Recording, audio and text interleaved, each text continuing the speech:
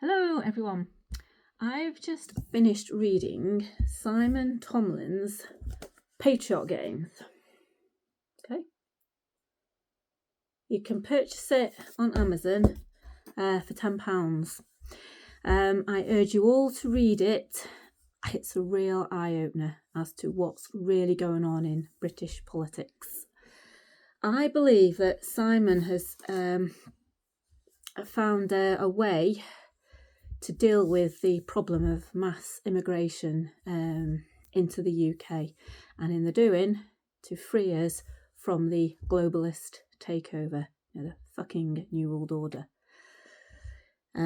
He starts by quoting Nigel Farage's own words: UKIP was only ever a barometer to measure anti-establishment sentiment.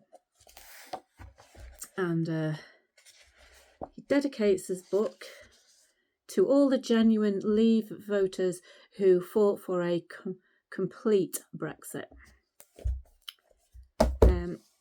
Simon has written a number of books which can be purchased on Amazon, and he has a YouTube channel called The Daily Agenda.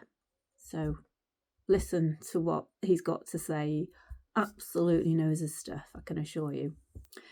I'm now going to read a few pages from his book, from page 156 to the end.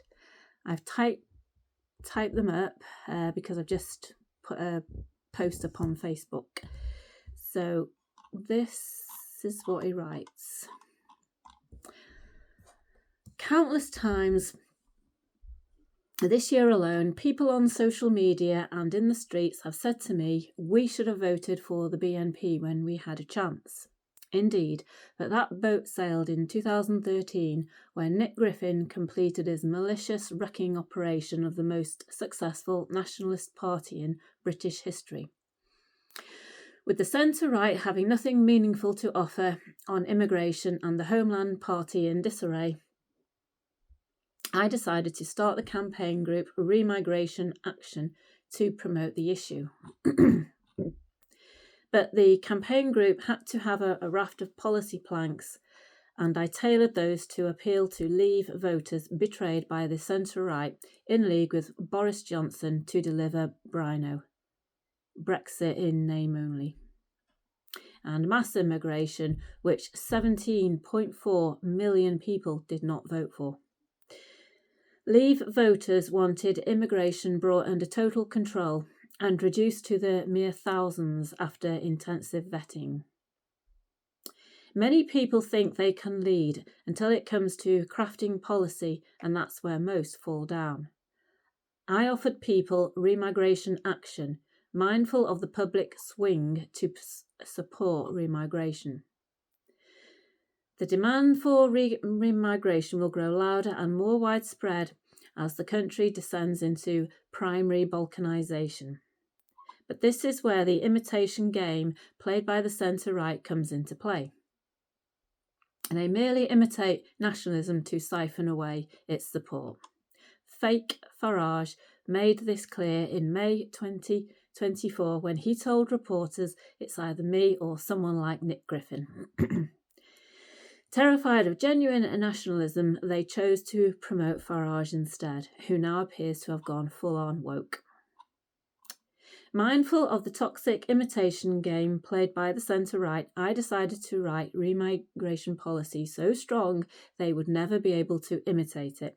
And it worked because all they do is rant about our remigration policy whilst claiming to support remigration, which makes them look ridiculous.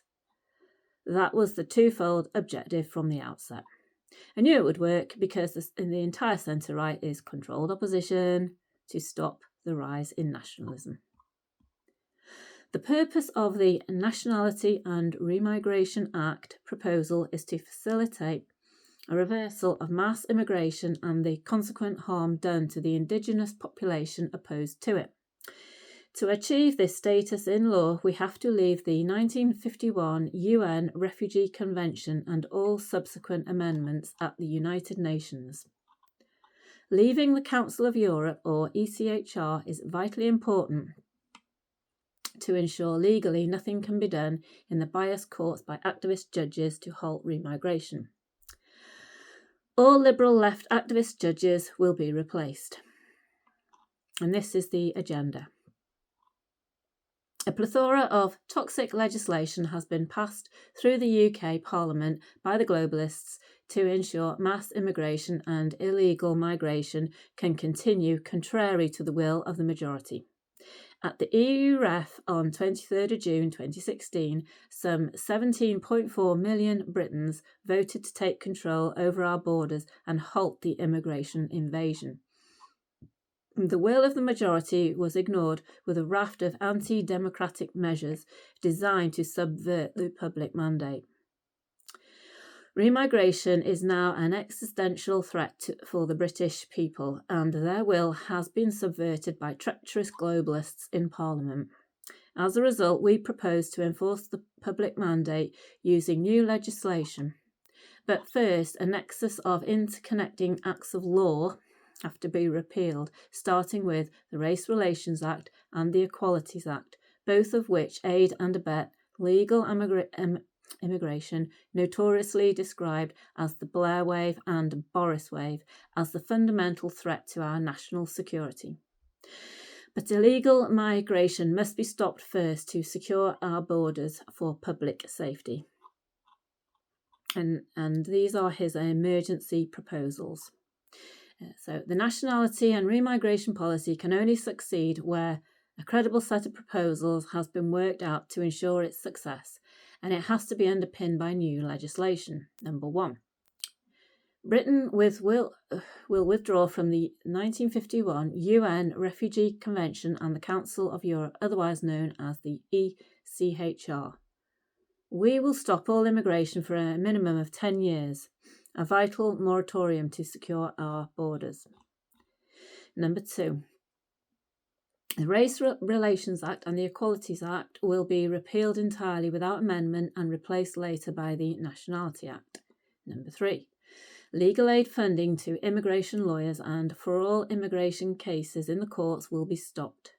Private funding donated to lawyers from overseas will be seized. By withdrawing from the ECHR and the UN Refugee Convention, lawyers will have no grounds to appeal any deportation order by the Home Office. Number 4. All immigration legislation will be repealed or amended according to the exigencies of national security and for public protection. Number 5. Organisations like Care for Calais will be regarded as people traffickers and a threat to national security, and their activists will be detained under counter-terrorism legislation. I'm loving this. Number 6. All demonstrations in favour of legal and or illegal immigration will be proscribed by the Home Secretary as a threat to national security and to ensure the remigration process can be undertaken with the minimum interference by dangerous left-wing radicals. Where necessary for public protection, leftist groups will be proscribed by the Home Secretary using executive authority. Now, this is his remigration objective.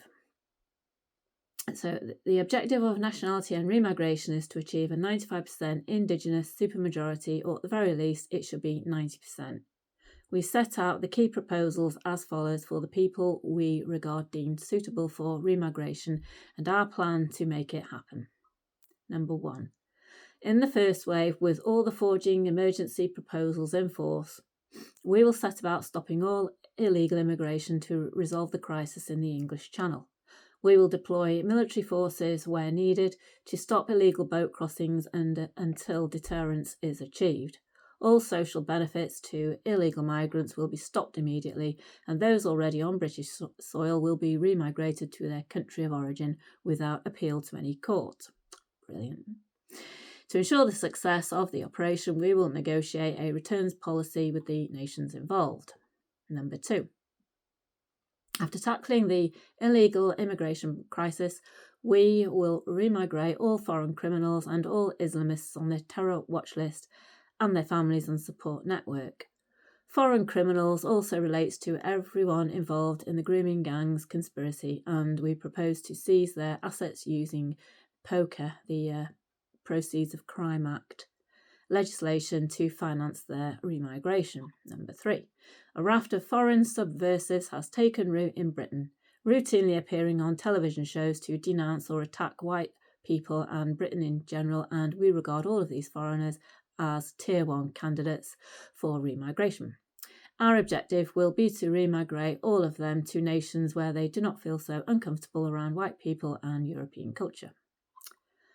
Number 4, our next objective will be to remigrate the Blair wave and the Boris wave, who entered Britain during the globalist onslaught against the nation state. In real terms, all foreigners who entered this country from 1997 onwards will be deemed remigration candidates, and our objective will be to remove them from the country in phased operations.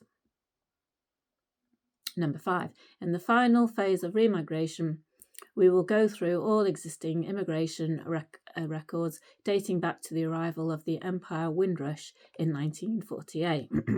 From this list, we will determine who will be allowed to stay in the country. Over 70s of retirement age will be exempted automatically, as will mixed-race people with one British parent. Our objective is to achieve a 95% white supermajority within 20 years, or at the very least, a 90% white supermajority. Number 6, the entire anti-British race relations industry and all diversity hires will be put out of business permanently. A notorious example being the creation of a Windrush Commissioner by the anti-British Labour regime. Number 7, once immigration has been brought under control and remigration is proceeding at a successful pace, we will introduce the variable residency rules policy for all European nations, and this will be open for those of European heritage only. Our genetic cousins in the United States, Canada, Australia, New Zealand and South Africa will be given a fast-track status to settling in the UK. Number 8, we will make it illegal to campaign for British sovereignty to be surrendered to a foreign power like the EU, thus ensuring the permanent existence of the nation-state and our triumph over globalism. Number 9, the Nationality and Remigration Act will be amended to the Nationality Act once remigration has been completed, and this legislation will bind all future parliaments in constitutional law. British right-wing voters now have to decide if they are centre-right or nationalists. I've always been a nationalist and always will be. I do not face this quandary, but I have seen this year alone thousands of patriots realise they are nationalists, not centre-right. We are progressing against the faux centre-right, and they know it because they can't stop ranting about nationalists. In truth, we are slowly and surely winning the war against the toxic centre-right and their imitation game operation. Nationalism is now set to rise again, which has always been my true objective. And that is the end of Simon's book, Patriot Games, by Simon Tomlin. Get it, read it. Seriously, he knows his stuff. Personally, I think his proposals are a little too draconian for most British people.